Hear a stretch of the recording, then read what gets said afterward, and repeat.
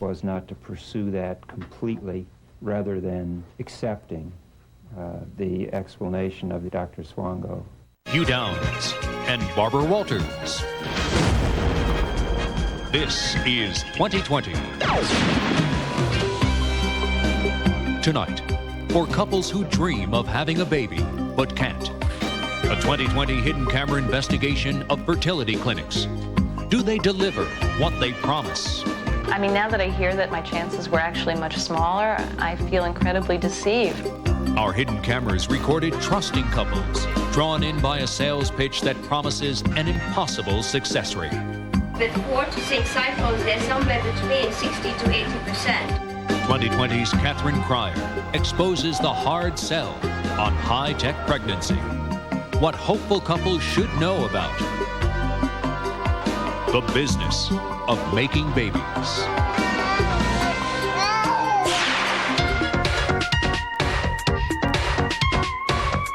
What nature didn't give you, money can buy. Millions of Americans are spending billions of dollars to have hair. I'm not as bald as I was a couple hours ago. That pleases me. This is good. I like that. I like that. Going bald can be a traumatic experience for men and women. She considered suicide. My hair was everything to me, everything. They say women prefer men with hair. I can just go up to somebody and not worry about this. John Stossel takes a close look at the common and terrifying problem of going bald, the treatments that work, and the ones that don't. A must-see report if you're desperate for hair.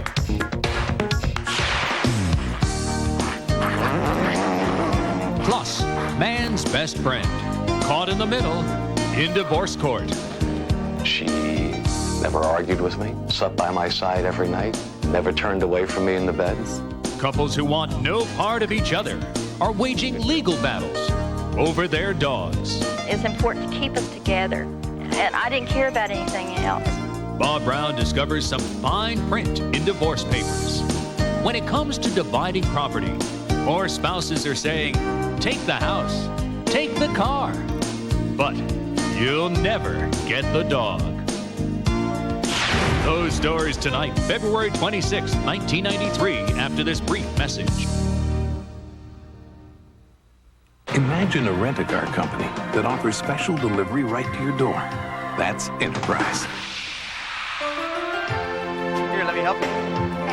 Enterprise, a special rent-a-car company that gives you special delivery. Listen, something new from Hidden Valley. Introducing creamy Parmesan. Golden crumbles of Parmesan cheese blended in a rich, tangy dressing. New from Hidden Valley, creamy Parmesan. It can be devastating news for a married couple that they can't conceive a child on their own. But there's a modern miracle, they think, in vitro fertilization, test tube pregnancies. They've seen the pictures of babies conceived by this method, and they think that's all they need to know. But is it? In our exclusive investigation using hidden cameras, we looked into some fertility clinics, and what we found was very disturbing. Yes, 15 years ago, the birth of Louise Brown caused a sensation around the world. Remember the first test tube baby? First one in the world. Since then, high-tech pregnancy has become a booming business. But is it a business that thrives on deception? Well, to find out, our newest correspondent, and we welcome her tonight, Catherine Cryer, talked with the experts and with couples who tried this technique with hopeful hearts and finished with empty arms. For the past 19 years, Sally Pappas has worked with young children. We're going to weigh her and take her measurements, and then you'll be able to see the doctor after we look at her chart, okay? Sally is a registered nurse in Long Beach, California for the Public Health Department, where each day she sees dozens of children from newborns to teenagers. She considers many of these youngsters her kids, making certain that they remain healthy. When Sally and her husband George decided to start their own family, they were devastated to find they suffered from infertility. So they turned to what they considered their only hope, in vitro fertilization, IVF, where the male sperm and the female eggs are scientifically combined outside the womb. What Sally and George didn't realize was how emotionally and financially draining it would be.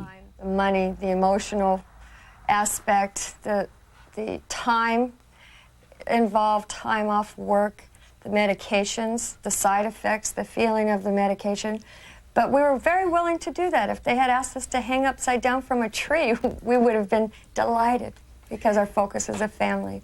There were daily injections of potent drugs, countless blood tests, and invasive surgery, and finally waiting to find out if Sally was pregnant. And after that 30-second phone call, it's over. And, you know, it's very the feeling upsetting. is very, very lonely. You feel anger, you feel despair. After 5 attempts at a local clinic in 6 years, they finally gave up. George recalled what happened after the final try. Our money was exhausted. We mentally didn't want to go through it anymore. We sat down and talked to each other and said, this is it. We just cannot do this anymore. It hurt too much. We lost our dream of having a family, our dream of having a baby. Those who dream of having a child and need the help of high-tech science have turned this industry into a booming business. More than 2 million Americans suffer from some form of infertility, and there are nearly 300 clinics in the U.S. offering in vitro fertilization and other techniques. A 2020 investigation has found that some clinics are vastly overstating how many of their patients actually take home a child. There's little disclosure about how dangerous the drugs used in these treatments can be, and there is virtually no government regulation of this industry. Dr. Marsden Wagner of the World Health Organization is a leading expert on infertility. I think there is no doubt that there are places in the United States where consumers are being lied to about success rates, they're being lied to about risks, and that the consumer is indeed not protected. Here's how in vitro fertilization works. In the most standard procedure, the woman is given drugs to create many eggs. These eggs are taken from the woman and put together with the man's sperm in a petri dish. After 2 days, the fertilized eggs are transferred back into the woman. Each procedure costs as much as $10,000, and most couples try several times. To find out what really goes on in this industry, we took our hidden cameras to investigate IVF America, one of the largest chains in the country with clinics in 5 states. Keep in mind, there are small clinics and even individual doctors who perform IVF. At IVF America, they use seminars like this one in New York City to attract new patients. Listen to the executive director of one clinic describe IVF America's success rate. Okay, so if you want to take 30 as just a round figure, you'll lose about 5% of them in terms of the baby. But once you became pregnant through IVF, even if it miscarried, costly as it is, we don't know, but we're more confident that you're going to get pregnant the next time because something is right with you in IVF. You're a match, you know. But there is a 1 in 4 success rate with IVF America. Yes. 1 in 4? Yes. 1 in 4, 25%. According to most experts, the usual rate in the industry is only 1 in 10 couples who walk in for a child will actually walk out with one. But there's more hard sell at the IVF America seminars about the rates of success. These graphs maintain that if you go in the program and go through 4 to 6 treatments, costing roughly $40,000 to $60,000, your cumulative chances of getting pregnant are as high as 80%. If you try more than one cycle, then the success rates increase in both the groups, so that with 4 to 6 cycles, they're somewhere between 60 to 80%. What IVF America doesn't say is that many experts tell patients to stop after 3 tries because the rate of success goes way down, not up. But it's not the first time the company's had problems with its facts. Just 3 years ago, the Federal Trade Commission cited IVF America for providing misleading information to its patients. There are a lot of responsible physicians working in responsible programs who are not exaggerating or giving hype. But there is a very significant group out there who are. Mount Sinai in New York City is one of the most well-known hospitals in the world. In this brochure about its IVF program, the hospital boasted its success rate was among the highest in the country, about 20%. And that's why Glenn and Margaret von Nostitz went through the program twice. In the waiting area, there's this bulletin board with all these baby pictures and birth announcements. And you think, well, I can, thank you notes. Oh, I can be one of those. And of course, it does work for some people. But what I'm just concerned about is that, it apparently wasn't 20 to 25%. When you really want to have a baby and you want to have it together and you think this is it, it's just, you have so much hope pinned on it. What the couple didn't know was that Mount Sinai had significantly inflated its rate of success. In fact, it was only 10%. The hospital was recently cited by New York City for false advertising. Today, the couple feels cheated. I mean, now that I hear that my chances were actually much smaller, I feel incredibly deceived. Mount Sinai declined a 2020 request for an interview. In a statement, the hospital said it's conducted a thorough review of its program and regrets any inaccurate information was distributed. These are the drugs used in many IVF programs to help stimulate the production of eggs. They're strong medicine. Some women face health risks like massive enlargement of the ovaries and cysts. IVF children can have low birth weights and even physical handicaps. Almost all women who have in vitro fertilization are given massive doses of hormones to stimulate making a whole lot of eggs. Now, these hormones were approved by the FDA in usual doses. But you see, in the United States, if a drug is once approved, a licensed doctor can use it in any dose he wants. In fact, a recent study has found that women who took fertility drugs and did not become pregnant are 27 times more likely to contract ovarian cancer. Dr. Zev Rosenwax is a leading practitioner of IVF in the United States. No matter what we do, there are potential unknown side effects, and we have to weigh risk versus benefit. There was a recent study that the use of fertility drugs significantly raises the likelihood of ovarian cancer. It could be as low as twice the risk and as high as much higher. The average risk there is stated to be 27. I'm not trying to say that there may not be any risk. And I do believe that further studies need to be performed, but I do not believe that there is conclusive evidence based on this single study that indeed that we can determine the relative risk. When we went to the IVF America seminars, we were told there was no significant risks associated with these drugs to the woman or the child. We're not aware of any long-term effects. At another seminar, we got the same answer, no significant risks at all. Are there any long-term effects of the drug? Absolutely not. Absolutely not. Once you stop taking them, they're basically out of your system. Although the cancer study had not been released publicly when these seminars occurred, experts say it should have been known within the industry that there were such risks. Dr. Wagner points out that even if there is a pregnancy, the couple may face risks they hadn't expected. There is, for example, 4 times more babies who die around the time of birth if they're an IVF baby than if they're a baby conceived the usual way.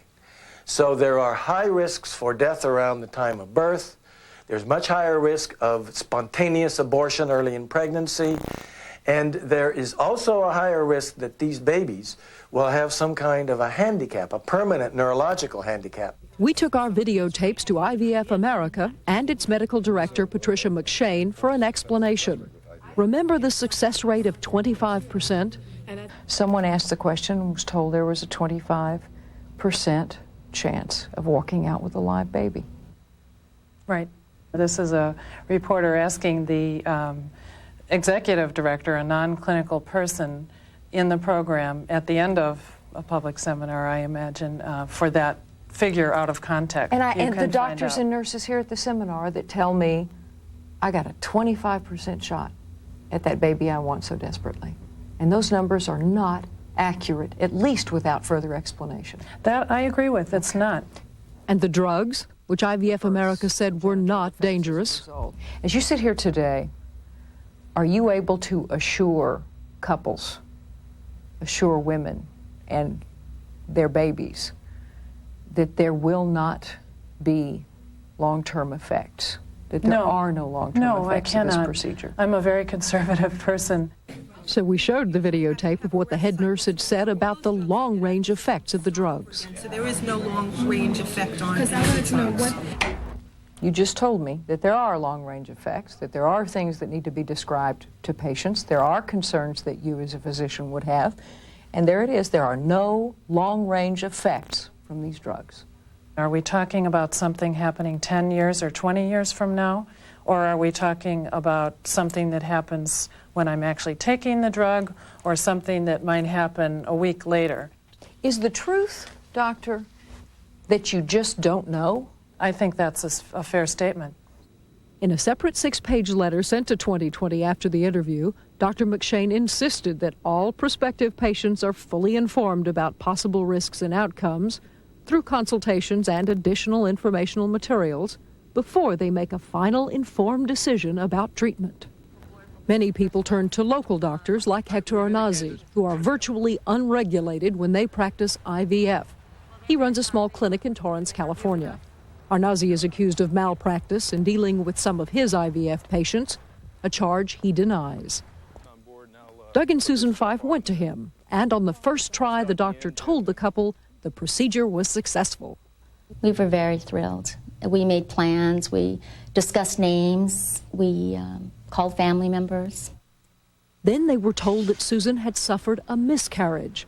So they tried again. They got the same story 4 times. He told me that I had lost my baby. I'm crying, my husband's crying, and he did make the statement, "I'm not God, I'm sorry that you've lost your child." Dr. Arnazi declined our request for an interview. He's not going to answer questions today. No comment. Experts retained by the Fifes have reviewed Arnazi's work, and they insist it is unlikely there ever was a pregnancy. The California State Medical Board is investigating charges against him. I think that it's essential that there's regulation on infertility treatment. Doctors cannot go forward exploiting women's emotions and their bodies for financial gain. Nobody's out there monitoring them. Nobody's out there shutting them down. There is no quality assurance in this field in the United States. For those who have been helped by IVF, there is the knowledge that without such a program, they would not have their own biological children. And there are now more than 19,000 children born in the U.S. as a result of these programs. The focus is on all of these successes. Let's talk about the failure rate. All the people who come to you are going to go home without a baby and with nothing left in the bank, and with horrible memories of all kinds of extremely difficult and painful procedures behind them. Well, first, Catherine, I'd like to welcome you, Catherine Cryer, our newest correspondent. We're very glad you're with us. Thank you very much. Now then, in vitro fertilization has a very small success rate. You don't know what the long-term effects are, you say, but there will still be people who want to do this. What should they know? Of course, they work with licensed physicians, but what they need to understand is the IVF industry as a whole is not regulated. There's been some federal legislation to monitor the success rates, to begin to have a standard for that, to monitor some of the laboratory work, but there are no penalties for clinics that don't play by the rules. So they need to do independent research. So you have to talk to your doctors, perhaps talk to hospitals. It really is up to you. Yes, there are some societies that have been organized. The American Fertility Society is one, but it's all voluntary right now. The clinics that choose to report, and statistically, it's a little unsound right now. So it really is buyer beware. Well, thank you for bringing us this information. Again, welcome. Thanks very much. Fascinating. Glad to have you aboard. Thanks. Next, there's a tug of war going on in divorce court these days, and it's not over the children. Couples are now fighting legal battles over the family pet. Bob Brown has that story right after this. 10 years have gone by since the first American-made Accord rolled off the assembly line in Marysville, Ohio. So the folks at Honda thought they'd introduce a special anniversary edition. It has air conditioning, power windows, power door locks, an automatic transmission, driver's side airbag, and anti-lock brakes. All at a price that's a real cause for celebration. The 10th Anniversary Accord, an American classic from Honda. Chunky, the big soup, introduces new beef noodle. Copious cuts of tender lean beef, enormously hearty noodles, the colossal taste of carrots, all in a tidal wave of savory beef broth. Get ready for chunks big enough for a fork, but use a big spoon to get every mouth-watering beefy bite. New chunky beef noodle, soup so big, it eats like a meal. There's a tropical island that's not on any map, though it's easy to find. It's warmed by the sun and caressed by the winds, with its own hidden treasures, local delicacies, and exotic festivals. But this island moves. It's a Carnival cruise ship. So if you go, get there on time and get out your Visa card, because the world's most popular cruise line doesn't stay in one place for long, and it doesn't take American Express. Visa, it's everywhere you want to be.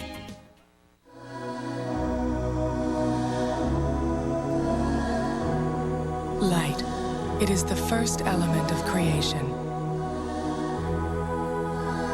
Nothing brings it more elegantly or shapes it more beautifully than Andersen windows and patio doors.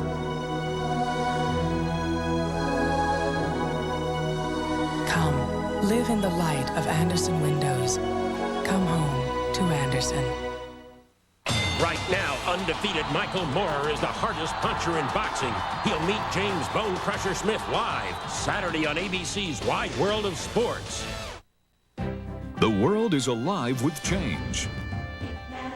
Peter Jennings, the anchor more Americans watch. Experience tells the Quad City story. Andrea Zinga and Jeff Moore have experience. News matters. Peter Jennings on ABC's World News Tonight, followed by Jeff Moore and Andrea Zinga on News Channel 8. News matters, and it matters where you get your news.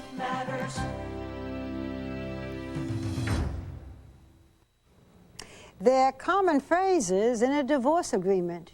Joint custody, visitation rights, shared expenses, and they're meant to guarantee that both spouses have contact with and responsibility for the children, usually.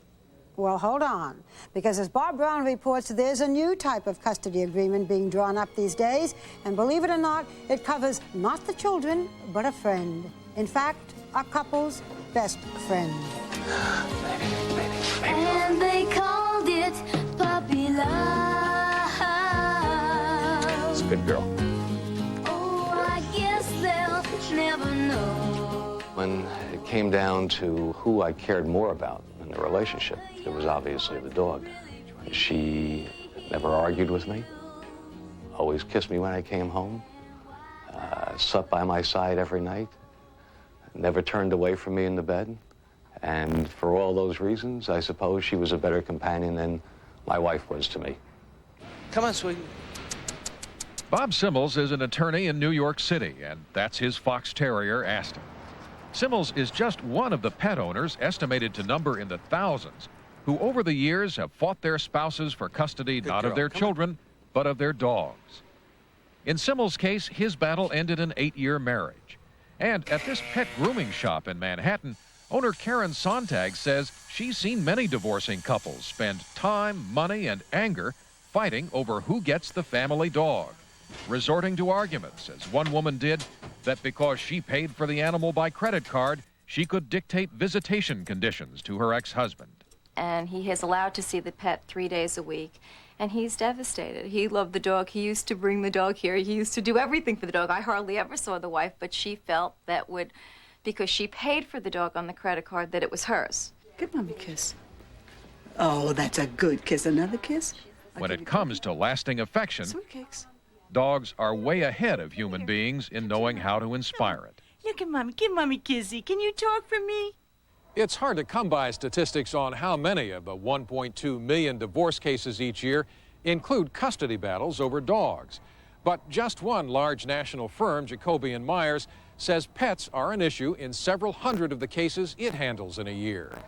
And a prominent divorce attorney, Raoul Felder, estimates that around 10% of his cases include disputes over pets, but he says most of them never show up in court hearings because they're negotiated beforehand in lawyers' offices. It's an area of law that now has its own specialists. Denver attorney Linda Cawley started out in general areas of animal contract law and found more and more of her time involved in custody disputes. Did it surprise you to learn how many custody cases there were involving dogs?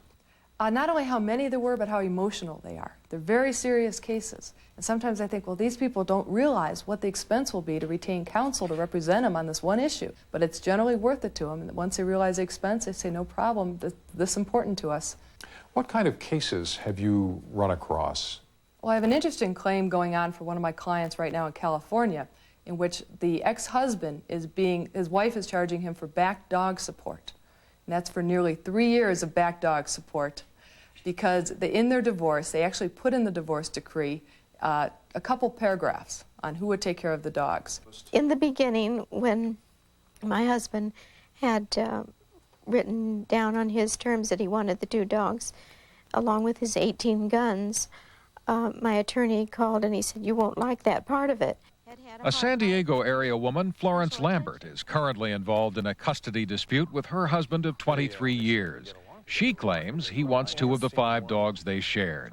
But she says she was the one who rescued the dogs from shelters and medical labs, and she is vehement about not wanting to break them up. Just because 2 people break up their home, the animals should not have to be broken apart, no more than children should have to be divided. These animals have lived together for many years, and they're a family. And in fact, although the divorce proceedings are still going on, Florence Lambert has been granted temporary custody. You may each call the dog. Smitty, hey, come on. Smitty, hey, come on, Smitty, boy, look up here. Look, Smitty. Canine custody isn't even one of those issues we dreamed up recently to give lawyers something to sue about. In 1937, this film, The Awful Truth, featured a dispute over custody of a dog named Mr. Smith, who was asked to choose between Cary Grant and Irene Dunn. Smitty. The judge let Mr. Smith decide, even though there was a little unseen encouragement. Ah, I win, don't I? Custody of the dog is awarded to Mrs. Warner. Well. The difference between this and a real-life case is that in real life, the process can go much further. Good Colorado dog. Last year, Ken and Patty J. of Aurora, Colorado, who have a dog named Cindy, had decided to break up after 8 years of marriage, but no children together.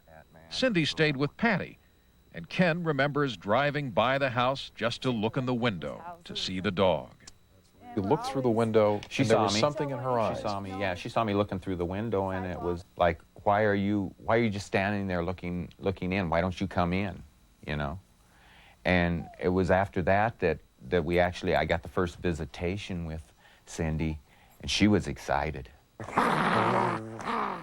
It was also one of the things that prompted Ken to spend several $100s so that attorney Linda Cawley could draw up an agreement dictating custody details involving Cindy. These are just some of the pages of details. They guaranteed Ken visitation rights. They spelled out who got the dog on vacations. They specified that when custody passed from Patty to Ken or vice versa, Cindy would be taken to a neutral third party who would handle the exchange. And they laid out the sharing of costs for Cindy's living expenses as well as her medical expenses. The same things you'd go through with custody in a child case. I felt that it should be set up the same as you would a child, you know, because there are the same expenses involved there. Ironically, what Ken and Patty did after all that trouble was decide to stay together with Cindy. But in the town of Pulaski, Tennessee, we found one case where a dispute over visitation was so bitter that it resulted in dog napping across state lines. The divorce proceedings for Ray and Jean Lanier were heard in this old Southern courtroom. Custody of Aristotle, a black Doberman Labrador, became one of the principal issues before Circuit Court Judge Jim Hamilton. These people were dead serious, and I understand how they could feel that way about a pet, and they were really upset, and each of them was just as intent as the other to get custody of Aristotle. Ray Lanier says he loved the feeling of companionship, especially when Aristotle got up to ride on the back of his motorcycle. He would jump up behind me and sit on the seat and put his front paws on the saddlebag and then just kind of lean up against me. And, I mean, 70, 80 miles an hour, it didn't make any difference. We was on the highway, he would put his head on my shoulder right here. And you know, I guess a lot of folks didn't know who was operating the motorcycle, but it was I don't know, I guess, it was proud. I was proud. Jean Lanier, however, said she was the one who had made special efforts to train Aristotle, and so the judge decided to split custody between the divorcing spouses, adding some tough provisions for the good of the dog. I ordered that no alcoholic beverages be consumed in the dog's presence, that he not be allowed to associate with low-bred or ill-bred mongrels while he was in their respective custody, and that when he rides the motorbike with Mr. Lanier, he not be required to wear any sort of helmet. Jean Lanier got custody first, and after 6 months, she was to go to this gazebo in the town square and hand Aristotle over to Ray for 6 months. She never showed up. Neither the judge nor Ray Lanier knows where she went after the dog napping. But we found her living in Texas, determined not to share custody, saying she was willing to give up everything for Aristotle. It's just I love my dog and my dog loves me. That's how important it's important to keep us together. And I didn't care about anything else. I mean, I gave up a home that I'd worked all my life to pay for. And I loved my home, but I love my dog more. Do courts take these cases as seriously as they would take, say, something like a child custody case? No, they don't. Right now, under the law in most states, dogs or other pets are treated as property, not as an emotional attachment of property, just simply like you treat your car, your bicycle, or your refrigerator. And because they're property, the issue in a dispute is ownership. The best situation is to document ownership in your name. If you keep the paperwork separate and you can trace the ownership back to you separately and can document your attachment to that animal greater than the other spouse, you'll have a better chance of getting that dog upon separation in any kind of a court order. And there's one final point that came from a radio pet show host, Warren Eckstein. What does he recommend to a divorcing couple? If you can't explain it to the dog, at least try letting the animal down easily.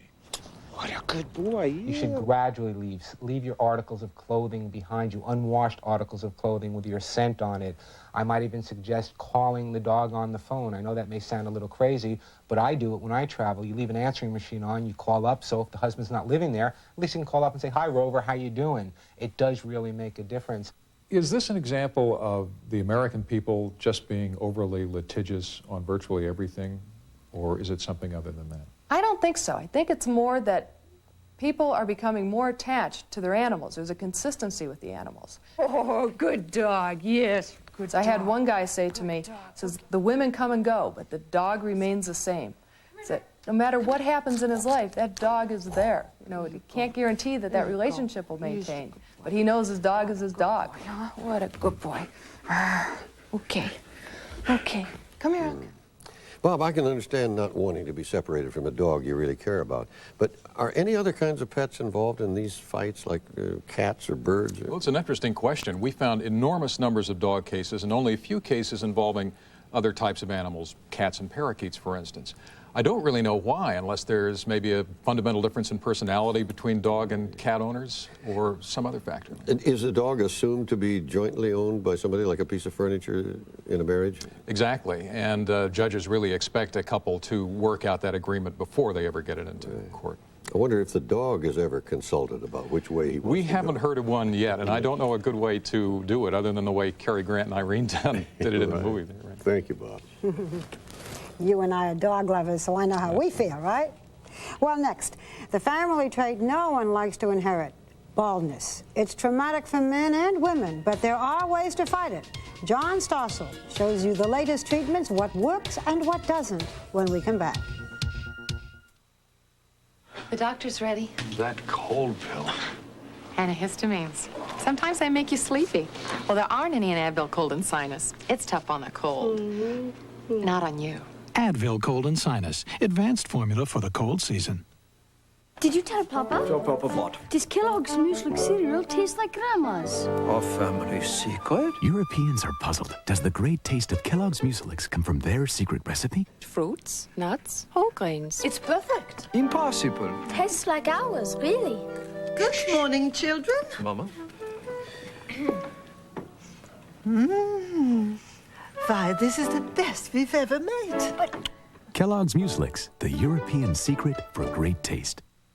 New Airwick Airwaves, the air freshening system you control. Turn it on. Turn it up. Turn it up. Way up. Way up. Turn it down. Turn it down. Way down. Way down. Completely adjustable Airwick Airwaves, the advanced air freshening system.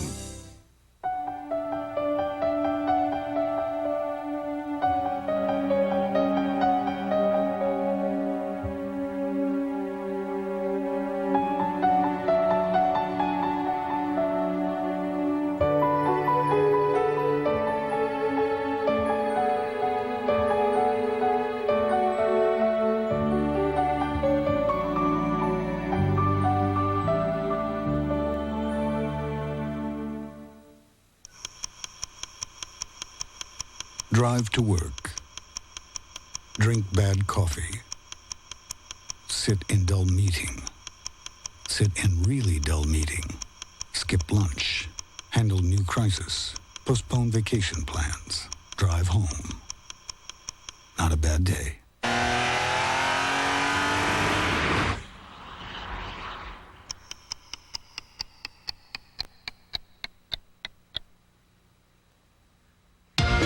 You can lose a lot more than hair if you start going bald. It changes the way you look, and sometimes the looks you get. Baldness has created a big business in drugs, rugs, and plugs. Techniques for men and women who are desperate for hair. When 2020 continues. The best from the U.S. take on a stellar international squad in a senior golf all-star game. It's the Chrysler Cup. Live coverage begins Saturday on ABC Sports. Saturday on an all-new Commish. They have David. Tony's son is kidnapped. It's David's. This is my son. He's 12 years old. And becomes the bait in a mobster's dangerous game of revenge. He's a dead man. Telly Savalas guests on the Commish, Saturday. In honor of President's Week, your Dodge dealer is again offering these handsome wallet-sized portraits of great American presidents when you buy select Dodge cars or trucks. Each exquisite rendering has been signed and numbered, and now you can collect these highly sought-after portraits simply by purchasing a new Dodge. These historic portraits will make a lovely addition to any wallet. See your Dodge dealer now and collect the whole set. Now you can save over $3,200 at your Dodge dealer's presidential portrait offer. So I says, Buck, how can you expect to get 95% knockdown of both broadleaves and grasses? Well, that's a smart weeding dog. A special evening of MASH this Sunday. Good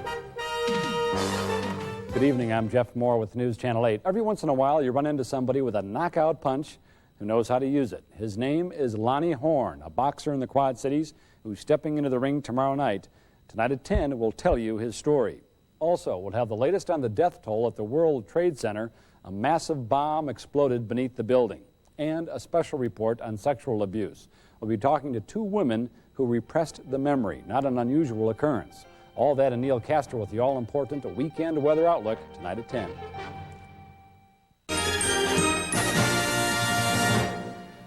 It's arguably the most thought about, fretted over, and played with part of your appearance, your hair. You can love it or hate it, but you can't ignore it. It's right out there for you and everybody else to see.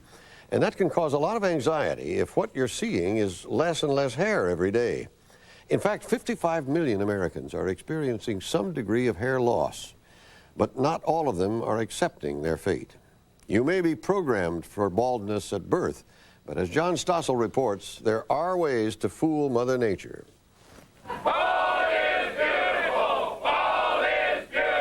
There are people who celebrate baldness. The Bald-Headed Men of America Association says we real men don't waste our hormones on silly things like growing hair. We do not have any room for drugs, rugs, or plugs. It's a great attitude. And most people who lose hair just live with it. But increasingly, some people are saying, I don't want to live with it. I have to do something about it. Dave Deeks and Mike Neely of New Jersey are actors who about 3 years ago got hair pieces. Now they wear them every day, but on this night, at our request, they took them off to see how they do in a singles bar without their extra hair. We watched with a hidden camera. That's why it's in black and white. They tried talking to this woman. She wasn't interested, nor were others they talked to. Now, were they reacting to the men's hairlines or something else? Mike and Dave were so self-conscious without their extra hair, they could hardly look a woman in the eye. Tonight, you were really uncomfortable without your hair. Uncomfortable isn't the word, really. I was pretty much mortified without it. You know, I feel like when people look at me without hair, it's like I don't even get a second glance. It's like the packaging's not there. I'm a great guy inside, but, you know. This is the woman who sold them their hair pieces, or actually hair replacements is what we're supposed to call them. Mike's is glued on, bonded we're supposed to say, and once it's bonded, it stays on for 2 months. Dave's is clipped on. Both the hair replacements cost almost $2,000, though you can buy non-customized versions for $400. You couldn't wait to get back here and have her put this back on you. Yeah. Why? It's just fake hair. I didn't even realize that the things that I had lost when I lost my hair, I didn't realize that I lost a lot of my ambition, a lot of my self-esteem, a lot of confidence. Those were things I didn't realize I had lost. And this is really going to change your attitude when you go back to the club? I'm not going to be afraid to approach anyone. I'm not going to be afraid that I can just go up to somebody and not worry about this and just concentrate on making contact with somebody. Sure enough, back in the bars, it was as if they were different people. They stood taller, looked more cheerful, and they talked to plenty of women.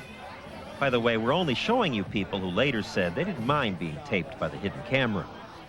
Here, a total stranger came up to Dave and introduced herself to him. Then her friend comes up and puts her arm around him. Later, he tells the first woman he's wearing a hairpiece. She doesn't believe it, even after she feels it. So he takes it off. She's fairly stunned by that. And when he asks her, if I hadn't been wearing the hairpiece, would you have approached me?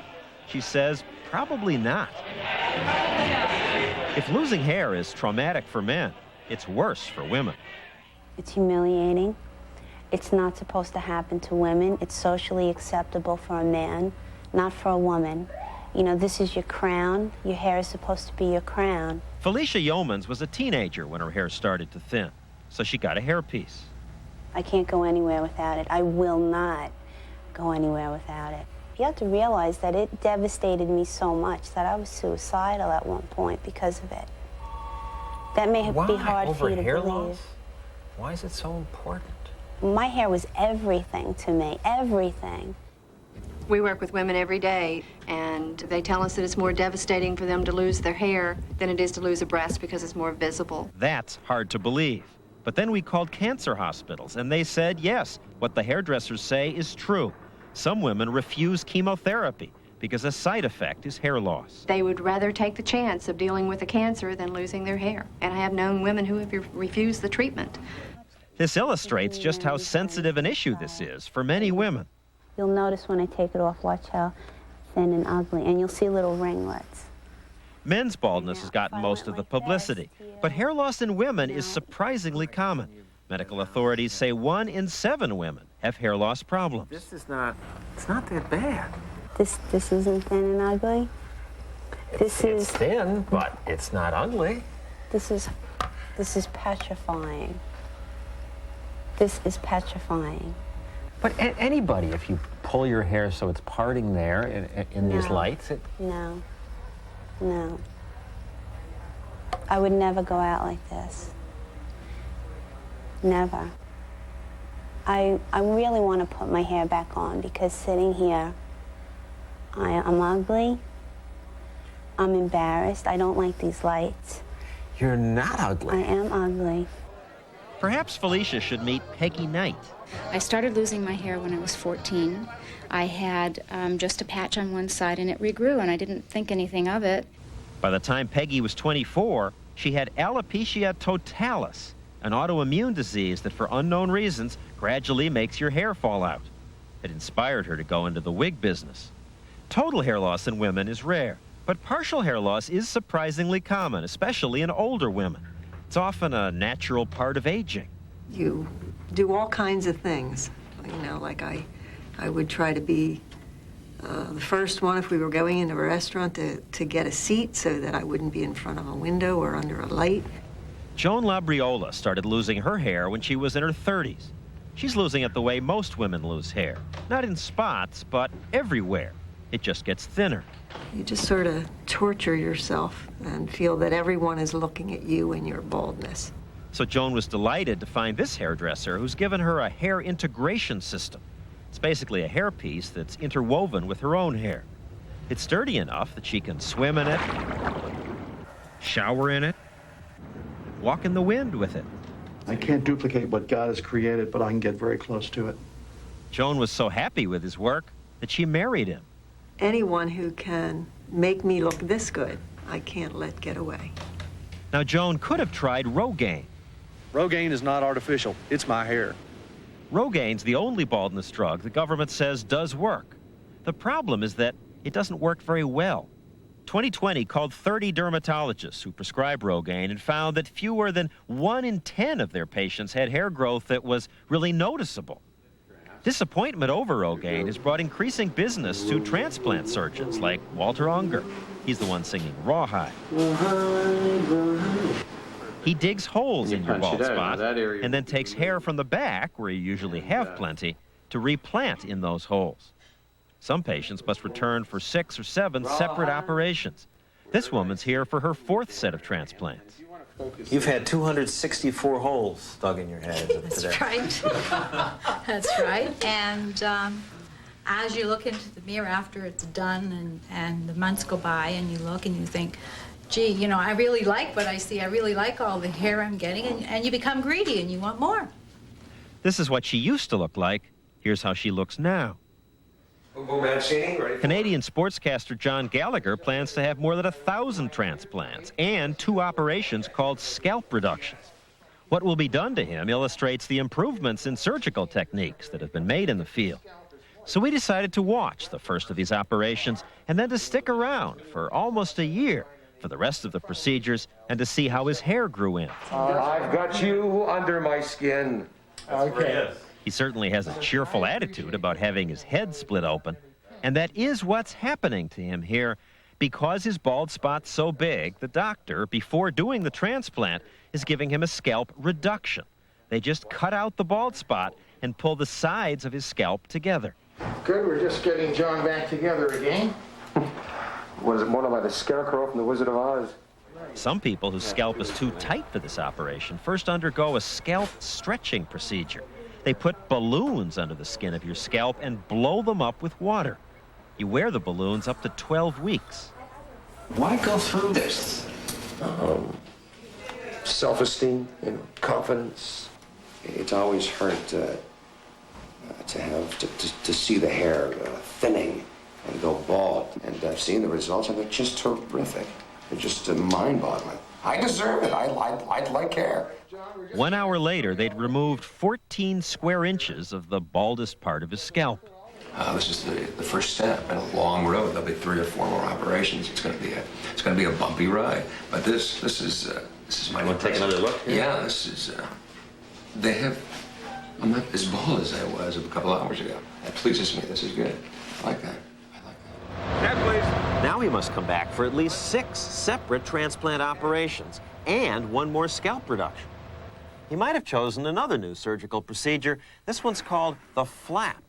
They cut out part of your bald spot and then cut out a flap of skin and hair from the side where you have it, twist it, and sew this where your bald spot was. It works well if the surgeon's good, but you might go to a doctor who does a flap like this. And you see what's behind the flap. And that's what this fellow has to cover up forever. Sometimes the damage is worse than just poor aesthetics. Peggy Knight got scalp infections after having a hairpiece sewn right into her scalp. Her doctors said it could have killed her. The American Hair Loss Council says they get more complaints about this procedure than any other. I had it on my head for 1.5 years, and during that period of time, never once did these sutures heal. I had open, oozing wounds, sores on my head. Dr. Unger spends nearly 1/3 of his time fixing other doctors' mistakes. On this day, however, he's starting John Gallagher's transplants. But doctor, this is a lifetime guarantee. I read the brochure. This is a lifetime guarantee. That and the fridge we sell you at the end of the operation. The latest technique is using smaller grafts. The doctor takes out big plugs, up to 30 hairs at a time, but then his assistants cut those into smaller pieces, 3 to 6 hairs, sometimes even 1 hair. And these are replanted into little slits or pinholes. This looks more natural than the old plug transplants. Of course, it also takes more time, and it's expensive. John's operations will cost him $35,000. It seems almost sinful to spend this much money on how you look. It's always people who look like you, who have that amount of hair, that ask that question. Why do you suppose that is? So I'm being insensitive? You're terribly insensitive. Terribly. What could I say? Some patients hide out while waiting for their hair to grow, but not John. He goes right back to work, then back to the doctor for more transplants. Over the next few months, viewers of his locker room sportscasts got to see his hair grow in. People have been watching it grow from their living room. No one wrote him to complain. It's now 7 months since he started transplants. You happy? Yeah, it's been a strange ordeal, a very long one, but I think it looks great. Now, during your surgery, you were never able to see what we saw. So I'd like to show you some of what we saw. There we go. Come to Daddy. This is something, first time I've seen this. I remember this, I remember it. And, oof. And, is this worth it? I mean, this is real surgery. But what a job. It's now 8 months later. About 2/3 of his transplants have grown in, so now he's sending out audition tapes, because with hair, he claims, he can get a job he couldn't get before. His girlfriend says his old hairline looked fine. She didn't want him to have this done. But now that it is done, she says, she loves his new hair. A hair-raising report. But we're not going to talk with John tonight, because in a moment we're going to have a live update from the scene of that huge explosion in New York City early this afternoon. Stay with us.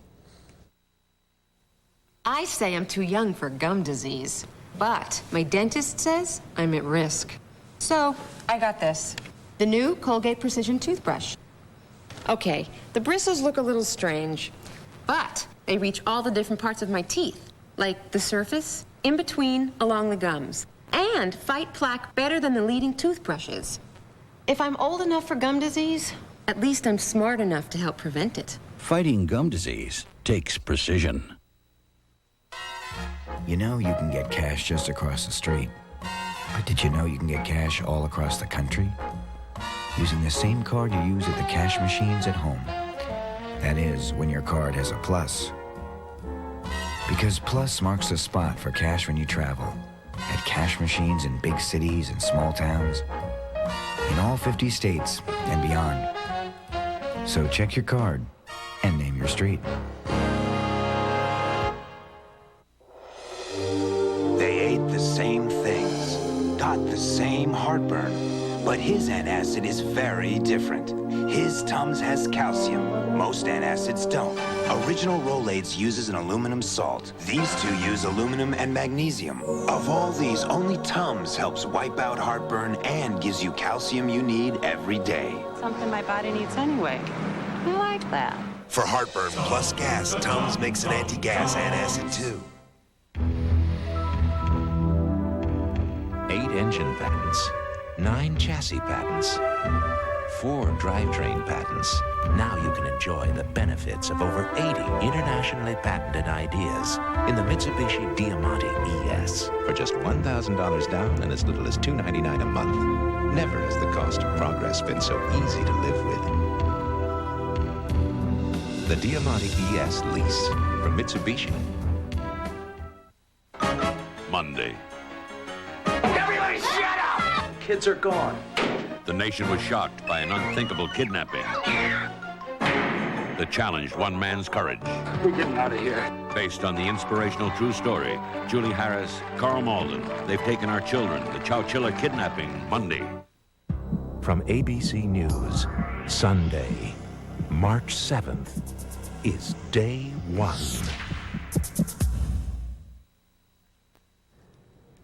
At noontime today in New York City, there was an enormous explosion in a parking garage beneath the World Trade Center. There are fatalities and hundreds of injuries. And standing by live at the scene now is ABC News correspondent Morton Dean. Mort, can you bring us up to date on what the situation is right at the moment? I sure can, Hugh. As you can see, the lights are on in both of the towers, but they're still off in the abandoned Vista Hotel that is part of the complex. Until moments ago, people were still being rescued from atop the Twin Towers. Helicopters were also flying large numbers of police officers onto the rooftops. The policemen and women are working their way down the upper 50 floors, going door to door, office to office, bathroom to bathroom, elevator to elevator, while fire department personnel and Port Authority rescuers are working their way up 50 floors, and they'll meet somewhere in the middle. Mort, do they know yet for certain that it was a bomb that caused this, and do they have any idea of who did it?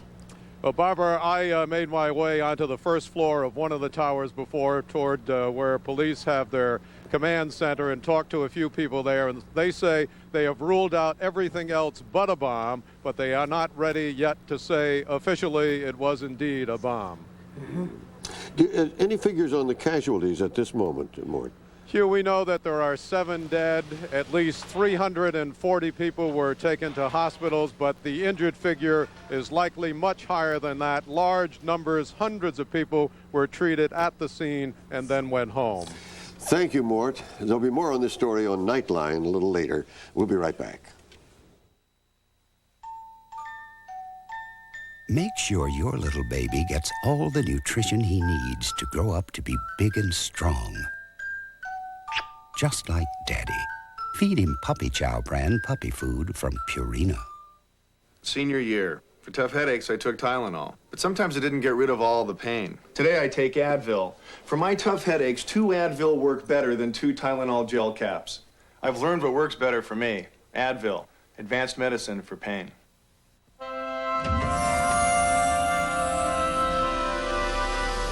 Getting into an automobile.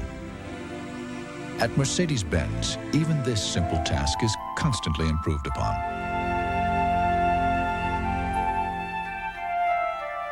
Presenting our most recent achievement, the Win-Win Lease. Now it's easier to get into a Mercedes-Benz. For details on the Win-Win Lease, visit your authorized Mercedes dealer. Late one night in Kalamazoo. Every week, when Stephanie reads stories to preschoolers, You see the picture? the look on the children's faces is priceless. And that's made her life so much brighter. Even though Stephanie has never even seen their faces. To learn what you can do in your community, call the Points of Light Foundation. It's Clint Eastwood and Burt Reynolds together. We did all right, huh? What a team. City Heat, Saturday. Don't tell me why you hit me. Let me guess. Hi, I'm Bill Ritter. And I'm Dana King. Sunday, Fact or Fiction? Is crime in America really as bad as it seems? Plus a message for Bill Clinton from Clinton, Massachusetts. And he's a lawyer by day, a jazz musician by night on Good Morning America Sunday. Well, that is 2020 for tonight. And next week, you have a really special report. Well, we have a very moving interview with Jean Harris. Remember the former private school headmistress who spent 12 years in prison for killing her lover, diet doctor Herman Tarnauer. This is Mrs. Harris's first interview since she was pardoned and released from prison in December. I think you'll want to see it. Look forward to it. We hope that you'll be with us also next week. And remember that we're in touch, so you'll be in touch. I'm Barbara Walters. And I'm Hugh Downs. And for everyone here at 2020, we hope you have a good night.